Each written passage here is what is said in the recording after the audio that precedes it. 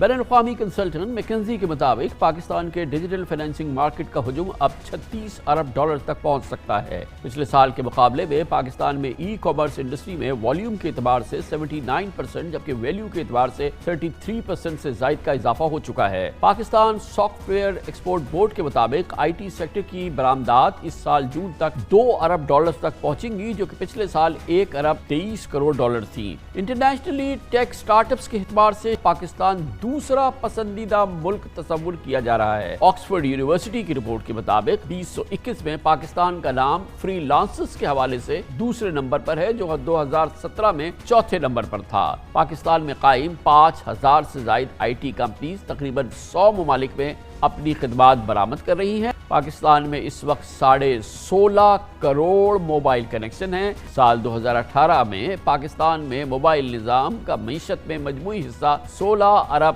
70 کروڑ تھا۔ سال 2023 تک یہ حصہ بڑھ کر $24 ارب تک پہنچ سکتا ہے۔ ہماری بہت اچھی پوزیشن ہے اس وقت، لانچ پیڈ ہمارا تیار ہے اور ہم نے اب اس سفر کا آغاز کرنا ہے، اس کو سکیل اپ کرنا ہے۔ کسی بھی ڈیجیٹل اکانومی کی بیک بون جو ہے موبائل سیکٹر ہے، اور موبائل کنیکٹیوٹی کے لیے جو اسپیکٹرم ہے، ایئر ویوز ہیں، اس میں ہمیں یہ دیکھنا ہے کہ کیسے ہم زیادہ سے زیادہ اسپیکٹرم کو اویلیبل کریں۔ دوسرا یہ ہے کہ لوگوں کو کیسے انکریج کریں کہ وہ اڈاپٹ کریں ڈیجیٹائزیشن کو، جس کے اندر اگر ہم دیکھتے ہیں تو اپلیکیشنز کی بہت زیادہ ضرورت ہے، جو کہ یوز کیسز کی۔ جو ہمارے فری لانسرز ہیں 10,000 کے قریب ہر سال جاب مارکیٹ میں آ رہے ہیں، ہم second largest freelancing nation بن چکے ہیں۔